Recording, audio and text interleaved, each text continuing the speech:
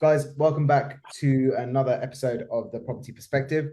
As always, we've got some exciting news and updates for you all. And as of yesterday, the new budget came out and was announced. And I think it's safe to say that it is not looking great. However, there are always things that you can do to help protect your money and your wealth. And there are strategies that we can implement, which we're going to be going through today to show you how you can still make the best of what sounds like a very bleak output of what was presented yesterday. So today I'm joined, as always, by Shiv, who is the CEO of Lifestyle Property People, and we've got Prash with us as well, who we work with very closely from VPC Accountants, who is an accountant specializing in property. So guys, thank you so much for joining on. Perfect. Thanks so much, Dipesh. I think, following on from what you've just said, I actually think it was, when you say it was bleak because it's Labour. But when we think about like what the expectation was, my expectation was that they're going to, rip us all to shreds. Business owners, investors, everyone's going to go down the drain. Taxes are going to be at 100% or whatever. And that hasn't been the case. I think that it's been very mild compared to what I think it was going to be like. So I'm really happy with it, to be honest with you.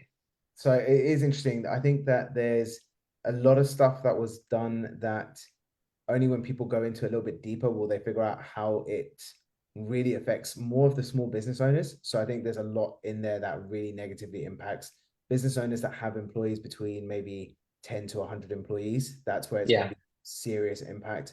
But again, big corporates and stuff don't really get touched that much. So wealth is still being protected at the higher ends, which is made, wealth is still being made and will continue to be made. It's always that's the way. In fact, what we should do is we should see these things that happen, autumn statements, budgets and things like that, as the opportunity. Like, this is the opportunity, because everyone else goes, oh no, it's not going to work anymore, and you can either complain. Have you heard this saying? I think we said this before, and we shouldn't say it this way, but you can either be right or you can be rich. Like, let's be rich. Let's figure out how we're going to do this.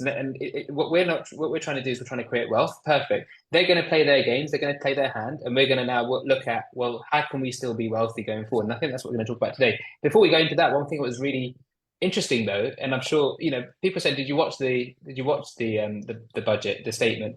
And I was like, no, I didn't watch it. You know why? Because a lot of it is just faff. It's like, they're sitting on two sides of the table like school kids, like arguing with each other. And I can't believe that is our political system, that they're allowed to do that. It should be much more kind of like, here's our points that we've got to make. Here's how it's going to affect us. Perfect. Let's get on with it. If you've got questions, let's ask questions about it. But it's more, it is really like school kids. What do you think, Prash? I said it was great. I watched it live. Obviously, I didn't really have a choice being in my industry, but you're right. It was great watching it, because the whole time that she was speaking, Rishi Sunak was like this, making notes like a school kid, and then he had his turn and he just let rip. Look, we're seeing a different impact this morning to what we felt straight after the budget. It's all filtering down to employees. They feel that it is going to impact them when they say it wasn't going to. But that doesn't really impact the investment side. Obviously, what impacts the investment side is the stamp duty uplift, which was a bombshell. To drop it, to change it today with immediate effect, which I think is crazy, as is the VAT on school fees. That's insane. But we knew these things. I mean, the VAT on the school fees, we knew that was coming, and the stamp duty thing. They can't. I don't think they can give you notice of stamp duty, because all that will happen is that it will have this massive lull, like peak. Everyone will go and buy properties now, and then there'll be a massive lull afterwards. They have to implement stamp duty changes like overnight. That's how they have to do it. Well, they didn't with the holiday. I don't know if you remember the holiday. We knew when it was coming to the end. But here, imagine everyone who was exchanging today. All of this, there's this big debt on the head. And look, it's crazy. It is what it is. We can't do much about it. School fees, you're right. We knew it was January. But what's insane is that's not when school terms end. Imagine you've got a child and you're on the GCSEs in the summer. And now you're like, well, I can't afford your school fees anymore. What do you do? So that's very weird. Yeah, you're right. It's crazy, but again, we have to play with the cards that we're dealt. We can't, unfortunately, we can talk about it as much as we think, as much as we believe they're wrong, but what can we do about it? Nothing, really. And this is exactly why, as Prash, I'm so glad you said that. This is exactly why it's so important to learn how to invest the money that we're working so hard to earn, so that when unforeseen circumstances like this do come up, and when we're not in control and there's a government in control trying to run the country, stuff like this is going to happen all the time. This isn't new. this has been happening every 4 years without fail, irrespective of which government's been in power, where there's always been something that people haven't been happy about. So learning how to invest that money wisely so that in the event something like this happens, you've got something set up that allows you to have that flexibility to then take care of yourself and your family is super important. So guys, let's start off with some of the key takeaways from the budget that you think are most important for investors to know specifically when it comes to the property market. And should investors be kind of running away from property right now because of what's been announced? The stamp duty increase, is immediate effect. That's a huge amount of money that people will have to put in towards investing. What's your take on that? I think that it's a 2% 2 percentage point increase in stamp duty. So it's going to go from 3% for the property that we buy, 3% to 5%. And of course, there's going to be a further change in April, but let's just assume long and short of it is going to go from 3% to 5%. We worked out on £150,000 property, which is the kind of target property that we buy. Instead of paying £4,500 come April, so right now you'll pay £7,500, and come April you'll pay £8,000.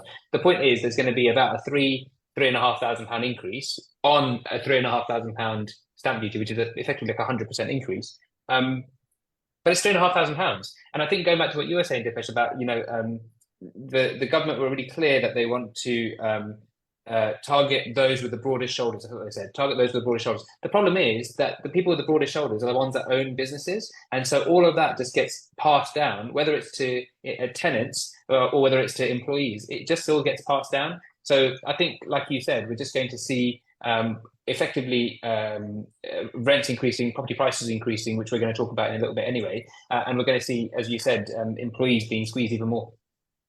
So, Prash, what's your take on that? The whole idea behind the 2% uplift is to deter landlords buying. So there's more available for most people to buy property. But the thing is, they would have, if they couldn't afford it in the first place, and the nicest way of saying this, they wouldn't necessarily be able to afford it just because landlords aren't buying them now. We're not going to see their property prices crash that much. And at the end of the day, again, it is just a 2% uplift. That increase is almost negligible anyway for people looking in that space. Yes, it's going to impact those who were on the cusp of can we invest versus not being able to invest anymore. But ultimately, is it really going to help people getting onto the property ladder to buy their first home? I don't think that's going to change much. At the end of the day, actually, what the government's done here is it's going to push up rent because landlords are going to want a quicker return. So really, it makes it more difficult for those renting. As it is, there's not enough property. I like you were saying, actually, Prash, that people in London, for example, or the southeast, where the prices are high, that extra 2%, and it's obviously going to be much more than 2% down in London with the prices. That extra percentage is really going to impact them. And actually, one thing that we talked about yesterday, Prash, is that let's say you've got, for example, an extra £10,000 to pay of stamp duty on, for the sake of argument, a £200,000 property.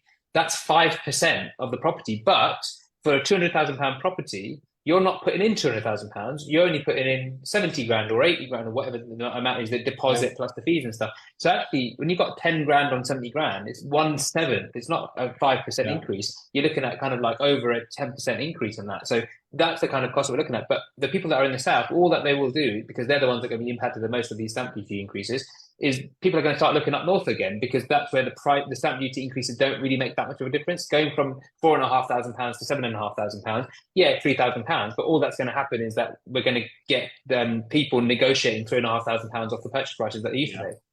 I mean, I'm going through this personally myself at the moment. We're doing a let to buy, and the guy's trying to bring me down. But that's what's going to happen. It's natural. It's human nature, right? If you're being stung with something, you're just going to try and pass that burden on. That's what I think will happen. Do I think it will impact the market even up north? Yeah, sure, it will a little bit. Initially, it will, because people are like, oh my God, I don't want to pay this extra 2%. But like everything else, it will become the norm soon enough. And then I think we're going to allude to this later on, but what else do you do with your money if you've got that? But that's what you just said there is the opportunity. We're trying to talk about where the opportunity is. Okay, cool. So let's just imagine for the next 6 months, it's going to impact the market. What do we mean by impact the market? There's going to be less people buying in the northern market, right? Because they're like, oh, I don't want to pay this extra stamp duty, and they're trying to work out like how much is it going to cost, do I really want to do it, etc. That means that the people right now who get involved and start investing right now, they are going to probably not pay that extra stamp duty anyway, because less people buying. That means you can negotiate a better price on the price. So imagine there's a £3,000 extra fee, but you can negotiate £5,000 or £10,000 off. You've made back your money and then some. And like we said, that what's going to happen come next year is that the rents are going to go up. So that means that more people are going to want to buy property because the rental yields have gone up, and that's going to increase property prices. So rents are going to go up, prices are going to go up next year and the year after and the year after. So the opportunity is to get in now and buy before all of that happens. Especially if we add into the mix that, we were talking about, and we all know this is happening, by the way. Currently, base rates are at 5%. We know that base rates are going to come down. Goldman Sachs predict that base rates are going to come down to 2.75% by the end of next year. By the end of next year, guys, this is not 3 years away. This is by the end of next year, 2.75%. That means that mortgage rates will be at about 3%, for example. And that, from 5.5% to 3%, that's going to add, I think we worked out, that is over 50% increase in your net rent in the properties that we buy. 50%. It will negate a lot of that stamp duty uplift. Well, way more than negate that stamp duty uplift, I think. So, guys, stamp duty is one thing that came out in the budget. That is obviously a hot point of debate. What else stood out for you guys from the budget announcement that investors really need to pay attention to? Because obviously, look, we're only on this call for a short amount of time. I think we've got another 15 minutes or so. And guys, for everyone listening, we are actually running an event on the 21st of November at 7:30 p.m. UK time, live on Zoom, where we're going to be talking to you about how you can protect your wealth. So if you haven't already seen it, there is a link in the live comments right now, which you can click on to register for the live event for the 21st of November. So stamp duty, guys, that's one thing. What else in the budget do you think really stood out as something that specifically investors need to pay attention to and be able to capitalize on the opportunity that is now presented based on what's come out? But for me, it would definitely be capital gains tax. But I don't think it will impact new investors, because obviously it's just been announced. It's going to be changing from April. But let's say I go invest in a property. The changes, are, though, as I understand it, are for non-residential property investments, right? Yeah. So therefore, like stock market and therefore cryptocurrencies and all that kind of stuff. With residential properties, which is what we invest in, it actually stays the same. It doesn't affect it at all. So I think if anything, what happens is that before it might have been a bit more attractive to invest in the stock market because the capital gains tax was lower, but now it's less attractive. So it's now we think, well, why don't we just invest in property? And that ties hand in hand with the fact that the reason why people used to invest in the stock market is because they can invest through their pensions, through the pension wrapper, very tax efficient to do that.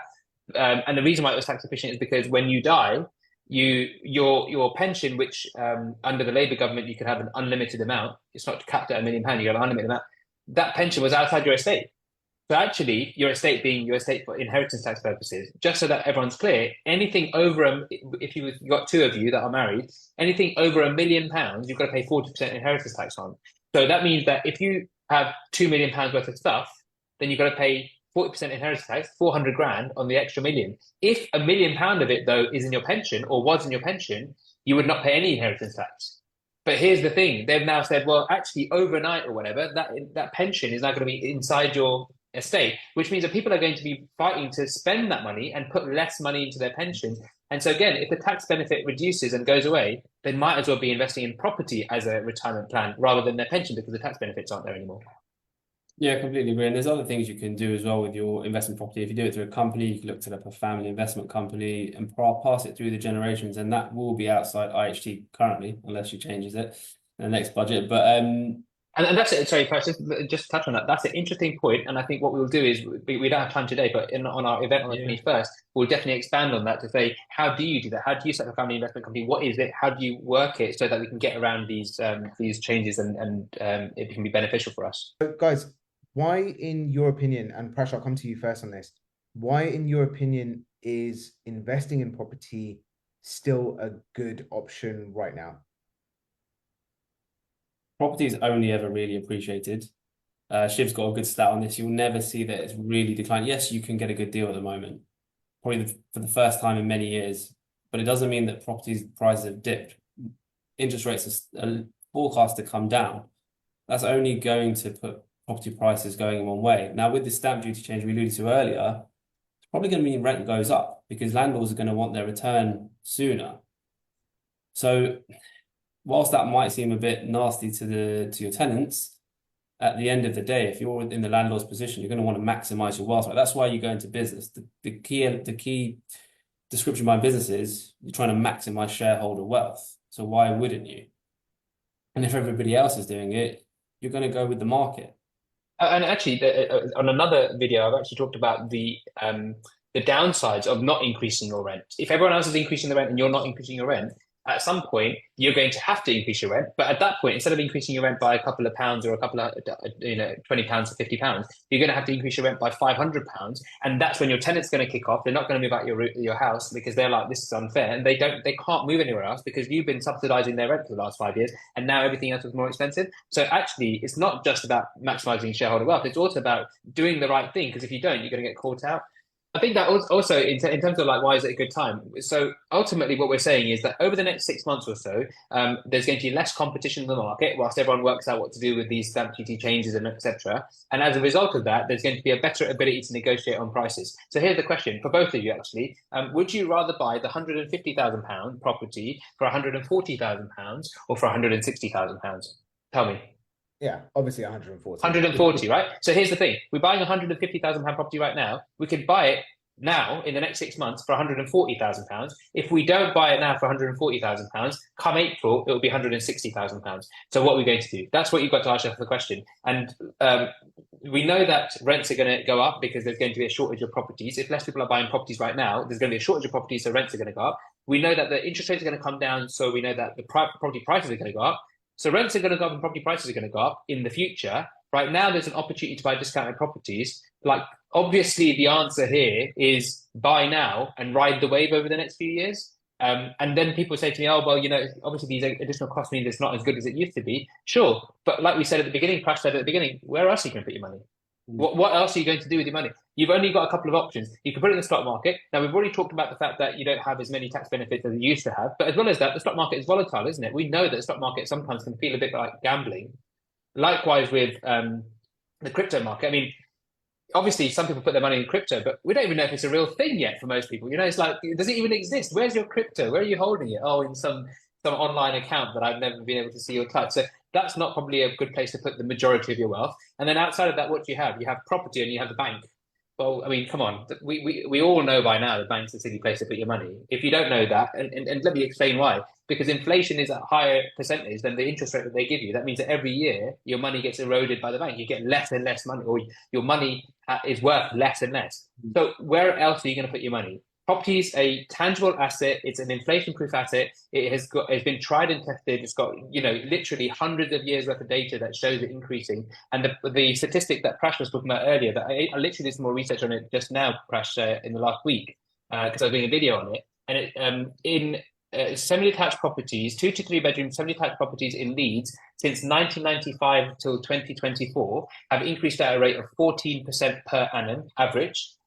Semi-detached properties in Sheffield over the same period have increased at a rate of 13% per annum. So the areas that we buy in have increased at a rate of per annum, like literally 10+% per annum, just on the capital growth. And then you obviously have rental return on top of that. Where else are you going to find double-digit returns? It's just, this is really the best. If you're going to get involved in property and you haven't already, like, this is the best time to do it. I think for the level of the investment's obviously quite high. I appreciate that. I'm not saying this is for everybody, but for the level of risk and your ease of sleeping at night, not worrying about, is my money going to disappear tomorrow? It's peace of mind. Property's always been a steady investment, and you should just see it appreciate, really. So I think from my perspective as well, there's something that happens every single time an announcement like this comes about, or something in the market shifts, right? And this isn't just true for property, it's actually true for all investment classes. When something happens that sounds negative, it creates fear in the market, right? And once you create fear in the market, most people tend to run away from that thing that they are now afraid of. In this case, it would be the high rates of tax that you now have to pay if you're buying additional homes for your investment purposes. But as we know, when the population or people are doing one thing and they're running away from an opportunity, that's where you have the biggest opportunity to really take advantage of what's happening in with the system. Like it's that saying, Dipesh, observe the masses and do the opposite. And whenever you think, oh my God, the world's ending, it's probably the opposite. Well, and most millionaires, most millionaires are statistically made in a market downturn. So this is another example of that, which is, they're raising the taxes, fine, but this is where, if you just look at the numbers for what they are, Shiv, I think you calculated it as another £3,000 of the stamp. If we look at that, for example, well, the value of the property that we're purchasing on average is around 150K. Well, if we are now averaging 13+% year-on-year capital growth, let's just assume it's 10% capital growth year on year on 150K. It's 15 grand in 1 year capital growth. So yes, you're paying an additional 3K in stamp duty, correct, but you're also making 12K on top of that in capital growth from the property. So yes, you're going and like we said, you won't pay that 3K because if you buy in the next 6 months, we'll get this reduction in price as well. This is exactly that, because I was going to say, it's assuming that we get no reduction in the price. So now then factor in the fact that there's now 5-10 grand reduction. Yeah, there's less people in the market, which means that there's more opportunity for buyers to then negotiate harder on those prices because of what's happening. And for that reason, you can negotiate a better price. You're going to get the capital growth. That 3 grand is, when you look at it that way, not so much. Yes, it will pinch a little bit more from the initial outlay that you'll have, and you'll feel that. But when you actually calculate it for a real return for what it is, it's negligible almost. I just Googled whilst you were talking, because I heard about this before. It's called ADS in Scotland, it's called an additional supplement. And the additional supplement is basically the same as our stamp duty additional charge. So instead of being 3%, it's now going to be 5%. It's that additional 2%. They've implemented that in Scotland, and that has increased rents, get this, by 100%. It has doubled rents. So what we're saying is Scotland have done this exercise and it has doubled rents over there. We're doing this exercise now. We have literal proof that that's what's going to happen here. So when we talk about the fact that rents are going to increase, it's not speculation. We think they're going to increase. We know that rents are going to increase. We know that this additional costs are going to be passed down to tenants. We know on top of that the property prices are going to increase. So yeah, if you're looking to, if you've got money in the bank doing nothing, then you need to do something about it. On top of that, if you've got money, if you're, for example, whether it's you or your parents have money and you're thinking, oh my God, I need to think about inheritance tax because that's all becoming an issue now. We need to get that into your name so that you can invest that money, and best place to invest it right now is property. Definitely. Guys, I think that's a good point to end this on as well, because I don't want to spoil what we're going to be doing on the 21st. Guys, again, for everyone listening, on the 21st of November in the evenings, Thursday evening at 7:30 p.m, we are going to be doing a live Zoom event titled How to Protect Your Wealth, where we're going to be going through what we've just spoken about and so much more in more detail in terms of how to potentially structure your property purchasing, what types of properties we help you purchase, and how you can move those funds to a investment asset that's going to help you massively. Prash is so shocked by what we're going to be covering. The lights just went out. Yeah. So yeah, guys, if you haven't already registered, there is a link in the comments under the Facebook Live. So do click that link. It's a Zoom link. You can register on there. It's completely free to join. It will be an amazingly insightful session, and we'll also be hosting a live Q&A on that session as well. So you guys can bring your own personal questions, your own circumstances, and we'll be able to answer that for you. So Prash, Shiv, thank you guys so much. Thank you. Perfect. See you later. All on the 21st. Great. Thanks, Dipesh. Appreciate it. Take care. Cheers, guys. Take care. Bye.